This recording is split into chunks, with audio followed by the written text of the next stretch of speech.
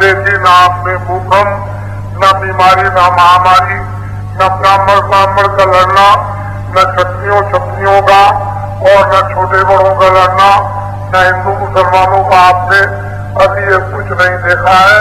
और न सूखा, न आपने अकाल और न भुखमरी देखी है। अगर आप भजन नहीं करोगे तो ये सब आगे आने वाली है। कैसे ये तो नहीं कहोगे जब वो तिलकपुर में नहीं बताएंगे। इसलिए आप लोग 40 सालों से जो धर्म पटरी से उतर गए, ये तो धर्म पटरी एक रेल थी जिससे मानव चला जा रहा था। मेरे सामने मेरे होठ में 2 पैसे खच्चर का 1 गज कपड़ा मिलता था और वो मैंने बाजार से खरीद करके पहना। 2 पैसे 1 गज खच्चर का कपड़ा, 6 पैसे मजदूरी एक मजदूर को मिलती थी और जितनी मजदूरी उतने ही यानी 1 तोला शुद्ध चांदी बाजार में बिकती थी। अब आपको ये जानना चाहिए कि उस समय पर हमारी माताएं बहुत कुछ चांदी की सुधिया, चांदी के कड़े, ये हाथ में पैर में ये सब चाहती थी। बड़े आश्चर्य की बात है कि छोटे 1 तोला सोना मेरे होठ में 12 रुपए का मिलता रहा। मैंने खुद देखा अंग्रेजों का राज और उनका इंतजाम और उनकी व्यवस्था और उनका न्याय और उनकी रक्षा हमने बड़ी बहुत अच्छी तरह से होश में देखी। और 30 साल इनको भगाने का जो ढंढोरा पिटा, यदि सत्याग्रह हुआ कि ये लोग चले जाए, हमको आजादी मिल जाए, ये भी हमने। और 41 साल आजादी हिंदुस्तान को मिली। हमने एक बड़ी मीटिंग में बड़ा जोरदार वक्तव्य दिया था कि आप लोग देश का बंटवारा इस गलती में मत कर जाओ अपने अपने भारत में, ऐसा मत करो, नहीं तो लाखों स्त्रियां, लाखों बच्चियां, लाखों मर्द, लाखों जवान ये काट दिए जाएंगे और तुम देखते रह जाओगे। ऐसा मत करो, यानी जो शिमला है उसको भारत का प्रधानमंत्री बना दो। ये बीमार है, थोड़े दिनों में ये मतलब खत्म हो जाएगा, फिर आप लोग अपनी अपनी इच्छा से प्रधानमंत्री बन जाना। क्यों कि देश खंडित नहीं होगा और हिंदू मुसलमान की लड़ाई नहीं होगी। लेकिन अच्छी बात ये लोग एक भी नहीं सुनते, एक भी अच्छी बात को कोई सुनता नहीं। और देखो जब बराबर लगातार कह रहा है कि कोई भी आंदोलन, तोड़फोड़, हड़ताल, कारखाने में, दुकान में, दफ्तर में, रेल में, बसों में, यानी मतलब ये कि उसको स्कूलों में मत करो। जितने भी संपत्ति का नुकसान, ये जितना भी तुमने किया और तुम करोगे, ये सारा का सारा नुकसान हमारे देश के कामगार को देना पड़ेगा। ये देने वाला है। जब मैंने ये पूरा अध्ययन कर दिया कि देश के कामगारों को ये नुकसान, ये सब का सब देना है और कोई भी नहीं देगा। और ये भी हमने गुरुपूर्णिमा पर कहा था, पिछले साल 2 अरब की आबादी हो गई भारत की। चुनाव जो मतदाता सूची जो घोषित हुई है उसी के मुताबिक यानी 2 अरब की आबादी हो गई, तो 1 अरब 60 करोड़ ये खासकार है। इनके लिए 7 सालों से मैंने लगातार ढंढोरा पीटा है कि ये सारा नुकसान और महंगाई और जितने भी टैक्स लगे अभी तक हिंदुस्तान में बारी से बारी, ये सब हमारे देश के कामगारों को देना पड़ा। इसलिए देश के कामगारों का जितना भी सरकारी कर्जा होगा, ट्रैक्टर से लेकर नीचे तक, ये सब का सब मैं ब्याज के इनका 3 महीने के अंदर माफ करवा दिया जाएगा। ये हमने घोषणा 7 वर्षों से की। हमारे पास इसकी पूरी योजना है। पूरी की पूरी योजना है। कर्मचारियों को खंडों में 2000, 4000, 6000, 8000, 10,000 और सुविधा दिलाने के लिए कि ताकि मासिक वेतन बच जाए। ये मेरे पास पूरी योजना आती है और पहले भी थी। हम जब भी घोषणा कर रहे थे अब भी कर रहे हैं। छात्रों के लिए आरक्षण देश में न हो, स्कूलों में व्यवस्था इनके लिए करा दी जाए कि काम और नौकरियां स्कूलों से ही इनको यदि प्राप्त हो जाए और वो पोस्टकार्ड लिफाफा अमुक स्थान का लेकर के वो चले जाए नौकरी और काम पर। ये आरक्षण सच्चा देश के छात्रों के लिए सच्चा आरक्षण की योजना मेरे पास है, शेख साहूकारों की। लेकिन जब देखा कि बाबा जी ने दूरदर्शी इसकी स्थापना की और भूम ज्योतक के साक्षात्कार संगठन की स्थापना 10 सितंबर 1987 को ये देवलखा यानी बहराइच जिले में केतनगंज के साथ देवलखा ग्राम में स्थापना कर दी और देशव्यापी जब असर होने लगा तो सब लोगों ने अपना मत कर दिया ये तो बाबा जी का असर हो जाएगा। सब लोग बोले एक तरफ से जो वो 40 सालों के थे उन्होंने भी कहा हम भी बात कर देंगे। किसी ने कहा 10,000 तो जो विपक्ष में थे उन्होंने कहा हम भी 10,000 कर दें। किसी ने कहा 12,000, मध्य प्रदेश में कहा 12,000, राज्य गुजरात में कहा 15,000, राजस्थान में कहा 20,000 हम भी माफ कर देंगे। इस तरह की चारों तरफ यानी मतलब ये घोषणा तो असल में योजना तो मेरी है।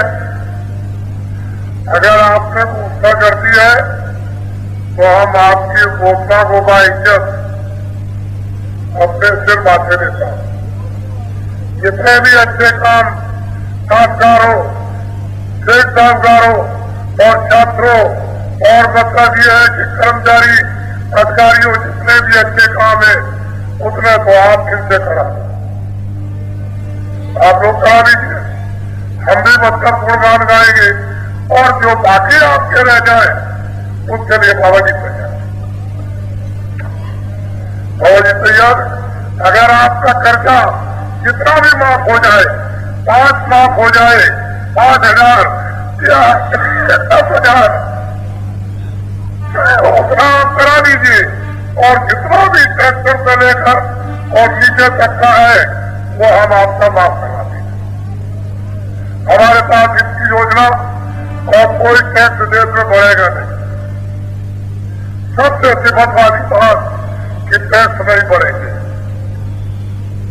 खास बात यह है कि टैक्स नहीं बढ़ेंगे और महंगाई नहीं बढ़ेगी और ये सब काम चारों जातियों के, छात्रों के, कामगारों के, कर्मचारी, अधिकारी, शेख साहूकारों के, ये चारों जातियों के अपने अपने काम हो जाएंगे और बैंक में रुपया रखने की जगह नहीं रहेगी। हमारे पास इसकी योजना, लेकिन हम आपको बताएंगे क्योंकि हमारी योजना के लोग नकल करेंगे तो बाबा जी इतनी जल्दी अब बताने वाले नहीं। ये बात ध्यान रखना।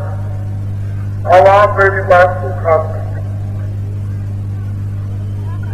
सभी लोग हिंदुस्तान के सब प्रांतों के लोग कहते हैं कि वोट में चोरी हो गई, वोट गलत पड़ गए, जाली पड़ गई, कच्चियां पड़ गई, चरण हो गई, पैसा लूट गया, डाल दिया गया, ऐसा हो गया। और मतलब यह है कि गांव के लोग कहते हैं कि मुझे बड़ा अफसोस है कि मैंने वोट दिया और मेरा वोट नहीं दिया। बाबा जी ने जो भी ताजदारियों को खड़ा किया इसलिए नहीं कि ताजदारी कोई सत्ता दे चुके। ये सारा हिंदुस्तान रो रहा, चिल्ला रहा था जब आदमियों का तुम्हारे गांव से अपहरण हो जाए स्त्री पुरुष बच्चे का और कोई बाहर लेकर के चला जाए, तुम उसकी बहुत तलाश करते हो लेकिन कहीं से खोज मिली कि अभी वो जिंदा है, अमुक स्थान अमुक दिशा की तरफ, तो कैसे छूटेगा? किसी ने कहा कि 1 लाख लगेगा, दूसरा है कि हम जल्दी छुड़ा देंगे 2 लाख। तो ये आदमी का अपहरण किया हुआ लाख लाखों लाख रुपए देने में यानी वो छूट सकता है और आपको फिरौती मिल सकती है, लेकिन हिंदुस्तान के जनमानस की बुद्धि का अगर अपहरण कर दिया हो तो इसको कौन छुड़ाएगा? ये पैसे तो छूटने वाली नहीं है, हीरे जवाहरात से नहीं। हमारे हिंदुस्तान के तमाम बुद्धिजीवियों की बुद्धि का यह अपहरण कर दिया गया और बेचारे जितने भी देश के अनपढ़ खासकार खेती का काम करते हैं, इनकी बुद्धि का अपहरण कर दिया गया। तो ये बिना योगियों के ये अपहरण से मुक्त नहीं हुए,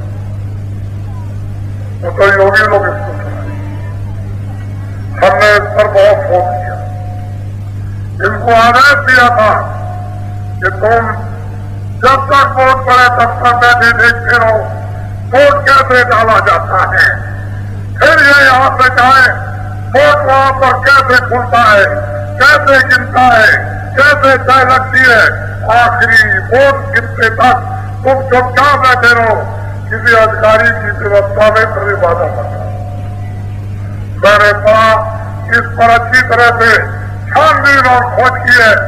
हम कोई MLA अभी बनने के इच्छुक नहीं थे, बनाने के इच्छुक नहीं, हमको तो कुछ बनना ही नहीं है, न राष्ट्रपति न प्रधानमंत्री न मुख्यमंत्री न MLA, लेकिन कुछ तो करनी है, शोध तो करना है, जानकारी तो करनी है, कारण तो ढूंढना है, कार्य तो बाद में होगा। तो बाबा जी को इतने दिन के बाद मिल जाता है, शोध कर लिया और वो शोध किया है जो अभी तक हिंदुस्तान में किसी लोगों ने भी शोध नहीं किया। इसलिए आप हमारी बात को बड़े कर, हम मोटी बात आपको समझाते हैं कि आप लोगों ने मतदान केंद्र पर जाकर के उस बूथ पर खड़े होकर के आपने वोट डाला होगा और वहां 4 टेबल लगती है, 4 टेबल, उसको आप लोग अच्छी तरह से समझ लो। पहली टेबल यह है कि पर्ची लेकर के जाओ, बाबू को पर्ची दो कि हम वोट डालने आए, हमारा नाम लिस्ट में से देख लो, निकाल करके जो कुछ भी पूछना पूछो। पहली टेबल। दूसरी टेबल यह है कि वोट निकालेगा, अंगूठा लगाएगा, दस्तखत कराएगा और पट्टी लगाकर फाड़ेगा, उसमें तो टाइम लगेगा। फिर तीसरी टेबल यह है कि वो सीधी यानी मतलब है कि आपकी उंगली देखेगा और फिर उंगली देख करके कोई कितनी चाकनी की बनी तो पहुंचेगा और फिर उसको सीधा करके स्याही लगाएगा। ये तीसरी टेबल। और चौथी टेबल यह है कि बक्सा जहाँ रखा हुआ है वो मोड़ के हर तरह से बताएगा और बता करके मोहर देगा और कहेगा वहां जाओ, एकांत में अच्छी तरह से देखो और देख करके जो पसंद आए चिन्ह उस पर मोहर मार के ले आओ। कभी मान लो उसने उल्टा कर दिया तो कुत्ता है, बिल्ली है, घोड़ा है, ये है, वो है, हाथी है, ऊंट है, गधा है, हल है, उसको उल्टा समझ नहीं आ रहा। मुर्गे वाली गई, मुगट वाली गई, वो देख रही है, वो बैठी हुई भाई बात क्या हो गई। तो असली बात आपको तो ये सब जानती है।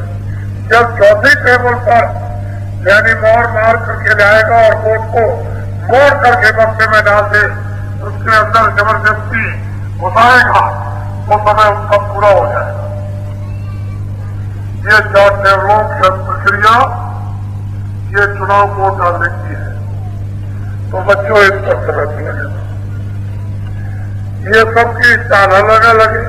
कोई मतलब रहेगा, वो कोई बक्सा तो है नहीं कि बराबर बैल चलता रहेगा और पानी बराबर गिरता रहेगा। ये चरखे का पहिया तो है नहीं कि बराबर हाथ चलाते रहोगे। ये तो स्त्री की चाल अलग है, मुर्गे वाले की अलग है, घूंघट वाले की अलग है, बुढ़े की अलग है, अंधे की अलग है और जवान की अलग है और लंगड़े की अलग है। ये तो चाल अलग अलग और अंगूठा लगाने की अलग और दस्तखत करने की अलग अलग है। कोई तो देर में दस्तखत करेगा, उसका आधा मिनट भी लग जाएगा। तो आपको तो ये जानना चाहिए। तो मैंने सब कुछ सर्वे कर लिया। अब मैं आपको ये बताना चाहता हूं कि 1 घंटे में कितने मिनट होते।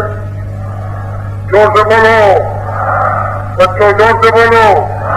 7 मिनट होते हैं। अच्छा, 3 मिनट, 1 वोट 3 मिनट की रफ्तार थी। बक्से में चारों टेबलों से गुजरता हुआ बक्से में पड़ेगा। 3 मिनट में 1 वोट पड़ेगा तो छात्रों 7 मिनट में कितने पड़ेंगे? जोर से बोलो। 20 वोट इसको रख लो। 3 मिनट की रफ्तार से जब लगातार मुतवातिर कंटिन्यूस वोटिंग होगी, उसमें कोई भी कर्मचारी बेदार नहीं कर सकता, कलम बंद नहीं कर सकता। किसी तरह से हाथ बैठा रहेगा एकदम एकदम होकर के और मशीन की तरह से अपनी टेबल पर वो पूरा काम यानी करेगा। तो 3 मिनट की रफ्तार से यानी 1 वोट बक्से में कम से कम, इससे तो 1 सेकंड भी कम नहीं लगेगा जब पड़ेगा। तो 7 मिनट में कितने वोट? ठीक है। ऊपर में लिखना 20 मोटे अक्षरों में। पहले तो घोषणा होती थी 8 घंटे की कि 8 घंटे वोट पड़ेंगे, लेकिन अब की बार डबल, एक लोकसभा का एक विधानसभा का डबल वोट था।